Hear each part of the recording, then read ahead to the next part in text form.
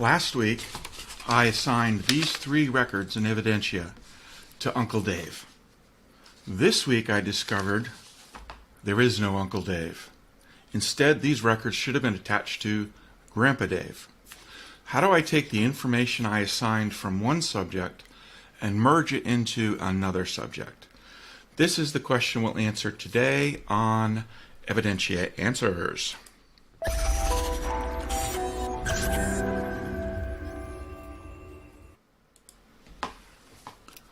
Hello, I'm Ed Thompson, the designer of Evidentia and the president of Evidentia Software. Apologize for the technical difficulties at the beginning of this presentation. Cameras don't like to be shared. So I presented the problem earlier, and it's a problem with not knowing who is who. It's an identity problem. In fact, that's exactly how our user asked the question on our Facebook post. Emily Allen Moore writes, how can I use Evidentia to handle identity problems? For example, creating multiple subjects and then merging them when the evidence confirms that 2 subjects are the same individual. Now, I have talked in the past on various videos that you can attach the same record to multiple subjects. So if you're not sure whether it's Grandpa Dave or Uncle Dave or Dave the neighbor down the street, you can attach records to all 3 of them. So that's one way to handle not knowing who a record belongs to. However, in this case, what Emily's asking is, how do I handle the situation where I've already determined that these 2 people are really the same person, and I want to merge these 2 people together? And Evidentia will allow you to do that, and I'm going to show you how. So if we go over here, and you don't want to see that, I have my instance of Evidentia up, and I'm going to go to the list manager like we did last week. And here I'm on the subject tab already. I want to go down here to where it says merge subjects. And I'm going to drag a subject over from the list in just a second. It is important which side you drag a reference to, and you can change it later. So I have 2 Davids here. I have Grandpa David and I have Uncle David. And I know that the information I have for Uncle David is really information that belongs to Grandpa David.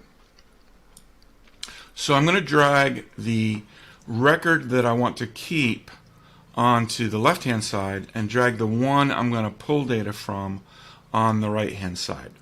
Now, having said that, this could be a situation where, and in fact, this will be one of those situations where I'm not going to pull all the data over. I'm just going to pull some of the data over.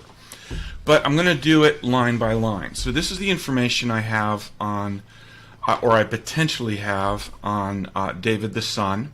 And any of these fields can be transferred over to the other subject. And in fact, if I wanted to transfer all of the data, at this point I would just select transfer all subject data. And you see that everything that used to be here got copied over. Now that's not what I want to do. So let me clear that and start again. All right, and as I scroll down and look at the son David, you see here that there are 3 census records referring to David's birth. And what I discovered was that these census record entries really belong to David the grandfather.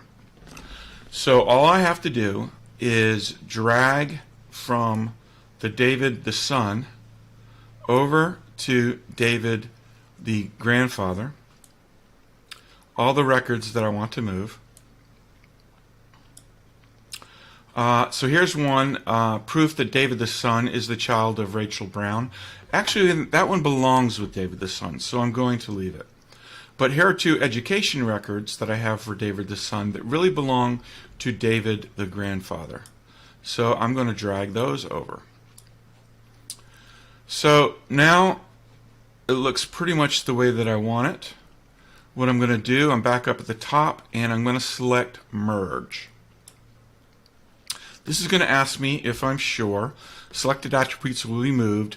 It is telling me that the subject on the right will not be deleted. This is similar to what we showed last week with sources.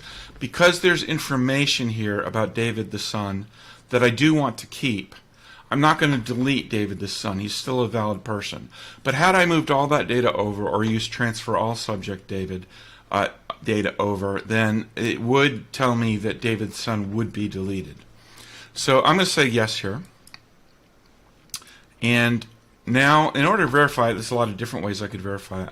I'm just going to merge subjects again. And I'm going to select David the grandfather. And you see here I have the entry for the 1810, the 1820, and the 1830 census. And I have the educational information for David Thompson in this case. Now, I could just as easily have created a new subject. Let's say that I realize that some of this information for David Thompson, the grandfather, really belonged to a new person that I hadn't started yet. And if I was going to do that, then I would simply go to the, I'd go back, and I would create a new subject. Let's see, David Thompson, dummy, so I can find it later. And I could merge subjects. And in this case, I'm going to clear it and take David that I'm merging from over there and David dummy that I'm merging from over there. And I could move the data over there as well and then select merge. And again, it would tell me that I'm not going to do anything. And now when I look at another merge for David dummy, you can see here that the data has been moved over. And that's it. It's very easy to trade information from one David to another, from one subject to another. You can do it with multiple sources. If you've made a mistake, you can kind of merge everything back the way you want it, and you don't have to re-enter all that data. Now, if you have a question, let me pull up my chat window and see if there are any questions that you have, and I'll be glad to answer them.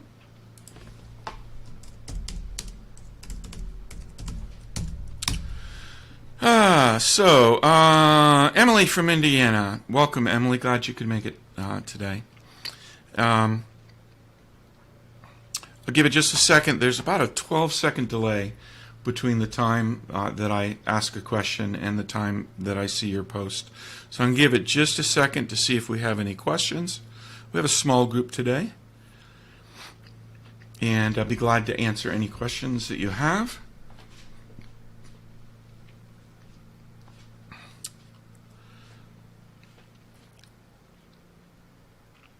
What if I just want to remove someone from their data? So that's a good question. Let me go back to the shared screen.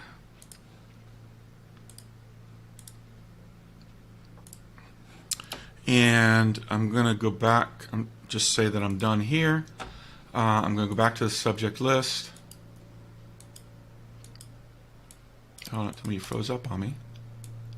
Oops, I'm on the wrong screen. There we go. I'll go back to the list manager. Subject. If I just want to delete them and all their data, well, let's do David again. I do have the backup of this, so I simply delete subject. And the subject David and all related evidence and proofs will be deleted. So what that means is, if you think about, well, let's do it. Actually, before we do that, let me show you. If I go to the main screen, let's say I go to catalog information, and I know that David, the grandfather, birth of David Thompson, you see here, he's tagged in the 1790 census. that it says it included one male over 16. So what's going to happen is, if I go back to the list manager and I select David and I delete David, now if I go back to the catalog claims, catalog information screen, and you see the 1790 census, where David was tagged in this record, you see now that no one is tagged in that record because that person no longer exists. And if I went looking for proof for that David, obviously I wouldn't find it because he no longer exists. So David, so Evidentia will keep your data, your evidence in sync. Now it won't delete the source because it has no way of knowing that you want to delete the source. You just ask to delete the subject. So, do we have any other questions? That was a great question. And would you remind us about the meaning of the stars along the right side of the screen for a person in the subject list? Yes. So let me go back over there again. This was an attempt I had for gamification, which was just to make things a little bit fun and to make it a little bit easier to kind of track your progress on various subjects. So again, if I go over to the list manager, and I can't select David, I'll select Rachel, his wife. And you'll see here that, well, actually that's not a good one. Let me do Daniel. Okay. And what's supposed to happen here is, oh, I know what's wrong. So if I go over to, let me go to proof first. So I'm going to pick Rachel Brown, and I'm going to pick her birth. And I don't have, that's not a good one because I don't have analysis on her. Let me pick Daniel again. Daniel Hart, I think I've got a proof for. And again, this doesn't have the analysis. All right, so I'll just have to talk you through it because, well, actually, I'll show you how to restore a record, and that should give me the data I need to look for. Let me put David back.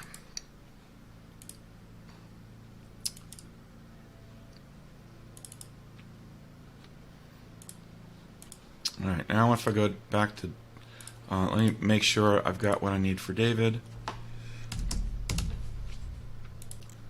And I'll select his birth. Yeah, and so I've got a conclusion, and I'm going to unclick the inconclusive block there. So by all practical purposes, I have a proof of David's birth. So now if I go over here and cross my fingers that it actually works, I always sweat a feature that I haven't used in a long time. I assume it's still working. Yeah, okay, so the 5 stars represent this. Do I have a proof of his birth? Do I have a proof of his, what is the second one? Oops. I think I have competing. Okay, proof of his marriage, or at least one marriage. Do I have a proof of his death? Do I have a proof that tells me where he's buried? And do I have proof of who his parents were? And actually, I believe if I had proof of who one of his parents were, not the other, it would actually color in half a star. So that's what the stars are for. It's a quick way of saying, to me, those are the 5 basic proofs I want of each of the subjects that I'm doing a study on. Where were they? Where and when were they born? Where and when did they die? Where are they buried? Who were their parents? And for at least one spouse, if they had a spouse, who was their spouse, and when they were married. So I just added it for a little bit of fun to let you know that there.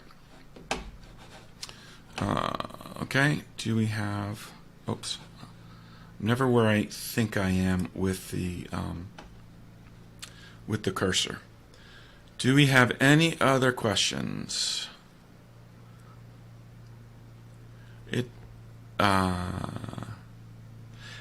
Yeah, Emily, those are called tooltips, and those can be turned on and off. Sometimes they're annoying, and I frequently turn them off myself. Obviously, I've been using the program long enough that I don't need the hover overs, but they are really handy. If you hover over most fields, they'll show you what the definition of that field is, give you a sense of how it's intended to be used. So they can be, as I said before, those can be turned on and off under settings. All right, so if that's all your questions here for subjects, I want to thank you for joining us today. Please, if you enjoy these Evidentia Answers, please hit the like button and maybe even the subscribe button in the lower right-hand corner of your screen. And if you are interested in a particular topic being covered in Evidentia Answers, you can go to our Facebook group and ask questions there. And if, like the question that Emily answered, I think it's a question that has general interest, maybe that question will be answered here on next week's episode of Evidentia Answers.